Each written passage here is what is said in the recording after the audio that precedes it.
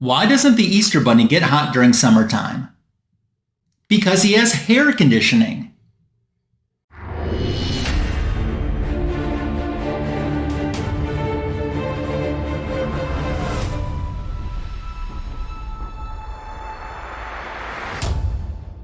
Thank you so much for wanting to check out Comic Book Editions Volume 139.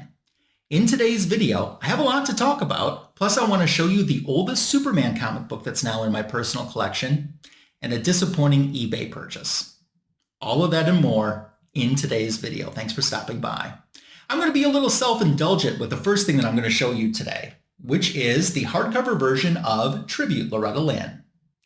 Tribute Loretta Lynn is an update, a slightly updated version of the first comic book I wrote, Female Force Loretta Lynn, that came out this past fall. Tribute covers her passing and also shows all of the variant covers for Female Force Loretta Lynn, along with another piece of artwork that you might not have seen anywhere else except for inside of here. The hardcover version is an Amazon exclusive, but there are floppy versions available. I left a link for comicfleamarket.com in the description to this video where you can purchase the floppy versions. The comic book's also available pretty much anywhere online that you buy books at digitally, like barnesandnoble.com, amazon.com. It's on Comixology, it's on Kindle, it's on target.com, walmart.com, it's even on eBay. I thank you so much for all of the support that you showed me with the original release of Female Force Loretta Lynn and this new updated version, Tribute Loretta Lynn. And I thank Tidalwave Comics for wanting to do another version. Some comic books never see the light of day after their original publication, and they wanted to do a second printing on mine and update it a little bit, and I was very flattered by that. And once again, even though I've just said it a few moments ago, thank you so much for the support that you've shown this book to me. It just means the world to me. Moving on with the comic books that I want to share today. First one up is Captain America Volume 1, number 281. Now, I'm going to be very honest with you. I bought this comic book because of Spiderwoman guest starring, and you see her up there on the trade dress. Reading the comic book, it almost felt like I was reading two separate comic books rolled in together. You know, Captain America adventures take place on the East Coast, Spider-Woman's in San Francisco. And they'd alternate, a couple pages for each storyline that's going on, and neither one of them tied together or intermingled until the very end, where both characters were captured by the same group and brought together in the same location. This book was so good. I really enjoyed reading this, and I think this is a pretty awesome cover. One thing that I didn't do, though, that I have FOMO over, I should have bought the next issue. And at the time I bought this, I had the chance to buy the next issue, but I was just starting to run low on funds. But I wish I would have bought 282. It's not that expensive of a book, and it's not a hard-to-find book. So getting it, I don't anticipate that being a problem. It's just that I could have enjoyed it already. I didn't think I was going to enjoy this as much as I ended up enjoying it. And then I wanted to continue on, but I'll get it eventually. I have all of the Volume 1 Spider-Woman comic books, so I'm working on her guest appearances from the Bronze Age, which is another reason why this book became more of a priority for me. While I'm talking about Captain America, I'm just going to be honest with you. You have no idea how bummed I was not to get to meet Chris Evans at C2E2 this past weekend. I actually had the meet and greet, his autograph in my cart, and I was checking out when it sold out. And I didn't want to go just for a photo op, and I didn't want to go to the event with him being there and me not getting the chance to meet him. Chris and Gal Gadot are the two celebrities that I haven't met that I want to meet the most. And I know neither one of them does many conventions. And the fact that he was only like a little over 2 hours away from me, that's about how far Chicago is for me since I moved. It just killed me. And I'll be even more honest with you. I was kind of moody this past weekend, and I think that had something to do with the fact that I was missing out on that. Plus, there were YouTube comic book community members at C2E2 as well, and I would love to spend time with them and meet them. More of my friends that I know from the comic book community were at MegaCon this past weekend too. And if you were at either one of the events and got to hang with community members, I'm so jealous, but I am happy that you got the opportunity to do that. And I can't wait for my time to come to get to meet you and spend time with you. That's something that is important to me, and I look forward to doing in the future. The next book up from the Silver Age, Doom Patrol number 87. So in reality, this is the second issue of Doom Patrol because the previous issue, issue 86, is where Doom Patrol, it was their first issue because they took over the numbering from a comic book called, I think it was called My Greatest Adventures, if I'm remembering correctly. And with My Greatest Adventures, 85 was the last issue of that title, and then Doom Patrol was in that, and then they just gave Doom Patrol their own title, but continued the numbering from that previous title, My Greatest Adventures. So 86 was the first issue under the Doom Patrol moniker. So this is the second issue. I've said this many times, sometimes Silver Age DC comic books can be a little out there. And for me, sometimes they can be a little hard to enjoy. But I love this issue. I thought this was so good. I thought the story was fun, really got into it. This is only the second Doom Patrol Silver Age comic book that I have in my collection. But if the stories are as good as this one was, I want to get more because I really liked it. Another book that I just enjoyed so much more than I even anticipated enjoying. Kind of a impulse purchase, but one that I'm glad that I made in the long run. Let's show you some Marvel. Here is the Defenders Annual, issue number 1. So Defenders is a comic book, and I recently mentioned this in a video, that I'm going to start working on maybe at the end of this year into next year, filling in my run of Defenders Volume 1. It's a very cheap comic book. You can find a lot of the books in nice condition in the dollar bins still, especially when you get past like the first 20 or 25 issues. You can find them in the dollar bins. And I have a good handful already, but I really want to work on the Defenders run. Ironically, for a comic book that lasted, 150 plus issues, they only had one annual. That's kind of surprising to me. And this was the only annual. I love the costume that Valkyrie is wearing on the front. Love it. As for the remainder of the issue, I could not get into this story at all. This just drug on for me. It was boring. It didn't make sense to me. Well, I want to say it didn't make sense, but maybe I was just so bored with it that I just started losing interest. I think that's a better way to put it than it didn't make sense. I started losing interest on it. So not necessarily my favorite comic book that I picked up. This one actually sells for a little bit more money than most of the Defenders do, and I'm not exactly sure why that does. Great cover, though, and I like the Valkyrie costume. Outside of that, not one that I see myself picking up and rereading in the future. Just being honest with you. Can't win them all, can you? So this next comic book is a book. Let me just show it first. This is my only comic book I have from Silver Age Silver Surfer run, which didn't last many issues. It only lasted 18 issues, and this is the 18th issue, the final issue of the volume, although they solicit a 19th issue that never happened. And it kind of leaves on a cliffhanger, too. I'm an Inhumans fan. I think I've talked about that before, and I've showed you some of the Amazing Adventure books with Inhumans and Black Widow that I've been picking up from the Bronze Age, too, and enjoying those. And I completed all of my Inhumans Volume 1 run, even though this predates it. I'm happy to have a Silver Surfer book because I think my collection, that's a little bit of a gap. At least I have something from Silver Surfer Volume 1 right now. This is a Stan Lee, Jack Kirby collaboration on this book. Love the Inhumans, love the Silver Surfer, but getting back to what I was saying, at the end of the story, they do leave it on the cliffhanger and essentially talk about, issue 19, which never got published. And there was going to be a dark Silver Surfer, and he was about to take rage out on humanity. Now, Herb Trimpe did the cover for this and did the inks on this issue, but from what I read, he was set to take over as the regular penciler for issue 19 that never happened. The next time that Silver Surfer made an appearance, I believe, was in a Namor comic book, and they just, in like one panel, briefly mentioned that he had given up his quest on taking it out on humanity. So they kind of just explained that they're not going forward with that storyline. But what an interesting storyline I think that would have been. Would have been something, to the epic level of the Dark Phoenix saga. I don't know. But it's I always think it's interesting, too, when a book is solicited in another issue that never came out. Something says to me, something happened behind the scenes pretty fast, probably sales, but real fast where they just went, no, we're not continuing on with this. So happy to have the Silver Surfer comic book in my collection. Happy to have another Inhumans comic book in my collection. This was a fun story to read. It was an enjoyable issue for me too. Comics for Thomas is working on his Silver Surfer run. He is so close to wrapping that up for volume 1. I think he's just missing one issue, actually, if I remember correctly, and I think it's issue 4 that he needs. So I'm hoping that he's able to get that comic book to come in at the price he needs it to come into for his collection too. So keep knocking away at that, Thomas. I'm rooting for you. I have more comic books to show too, but I'm taking a quick moment to say that if you're new to my channel, welcome. And if you're not new to my channel, I hope you take this opportunity to subscribe.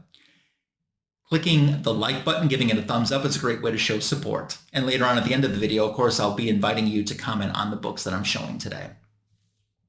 This next book, I want to switch over to eBay. I took it out of the bag and the board for the purpose of demonstrating some of my frustrations.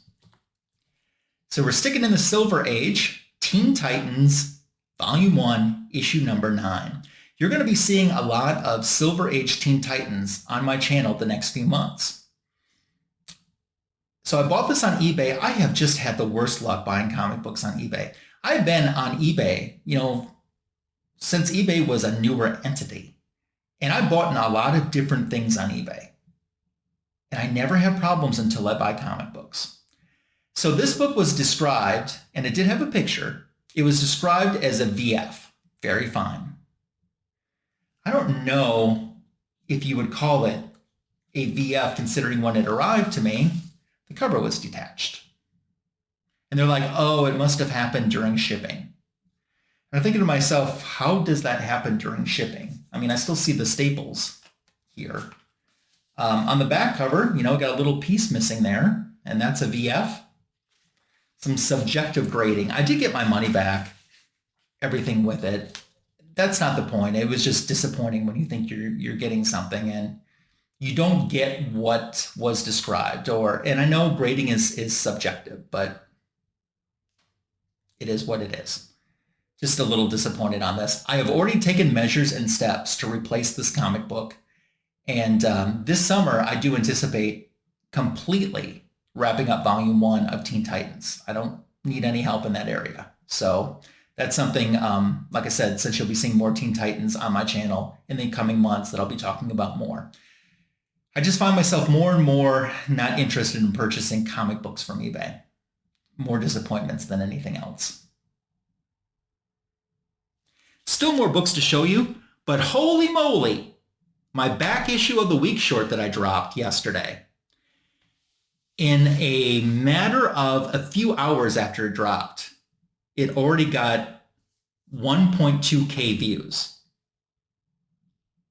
Wasn't expecting that. Happy that it happened. Thank you for watching that, and especially hello to you if you're new to my channel from coming from that video. It was on Shazam. I mean, the Shazam movie had been out for a couple weeks. So it wasn't exactly fresh in people's mind, and I didn't know if this was going to take off. I did a Harley Quinn back issue of the week short a few weeks ago, and I thought, oh, it's Harley Quinn. And that same week, news of Lady Gaga photos of her as Harley Quinn from the upcoming Joker 2 movie surfaced, and I thought, oh, this is going to take off. Did like 22 views. Not what I was expecting. Disco Dazzler almost, she did like 175 plus views.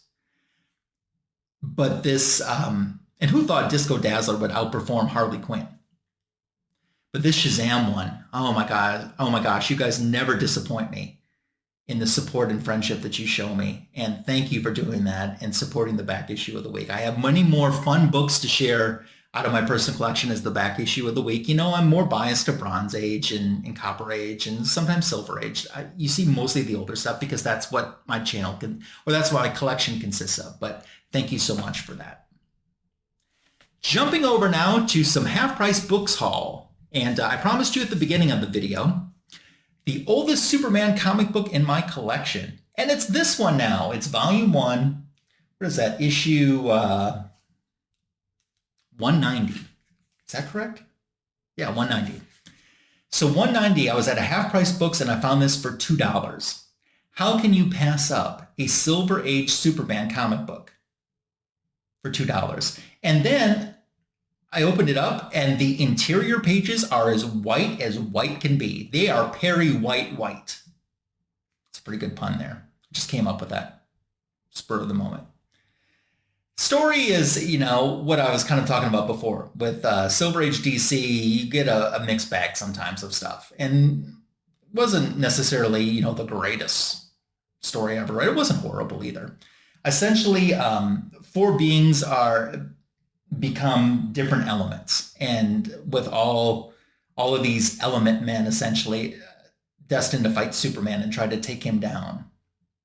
But it's the oldest Superman comic book in my collection. Before that, my oldest Superman comic book is the one that I just showed last week, which was my big DC key that I wasn't even chasing, and I ended up getting Superman 233 Kryptonite No More, or Kryptonite Nevermore. That was my oldest Superman comic book. Not that that's all that old. But now this is I want to say it's 1965. 65 or 66, I think, if I'm remembering correctly, that this issue was published. And it's the old, and I bought it strictly because it was a $2 Silver Age Superman. I'm like, if the story's, you know, not the best, then it's not the best. But it was okay. It's definitely worth $2 too. And I couldn't believe, like I said, how nice the interior pages were too. One more comic book I want to share today, also from Half Price Books, is this Legion of Superheroes Volume 3. This is issue number 16. 100% cover buy on this. We have Brainiac 5 mourning the death of Supergirl. For $1, this cover is worth $1 alone. There's 3 kind of different stories going on in this book. The most interesting story was Brainiac 5 mourning Supergirl. So it's 1,000 years to the day of Supergirl's passing. And Brainiac 5 is having a hard time dealing with that. He keeps rewatching the video of Supergirl, of her death from 1,000 years earlier that day. And he even at one point contemplates going back in time and trying to stop it or prevent it. But he knows that there could be even worse disastrous effects from going back and altering the past. So he doesn't. But that was such an interesting story too. It's not an official Crisis tie-in, but Marv Wolfman was talked about somewhere. Someone asked Marv Wolfman, even though this doesn't say it's a Crisis tie-in, if it is, because it came out after Crisis. And he said, yeah, it definitely is considered one. So the other 2 events that are, and other 2 storylines that are simultaneously going on in this issue, it was all right.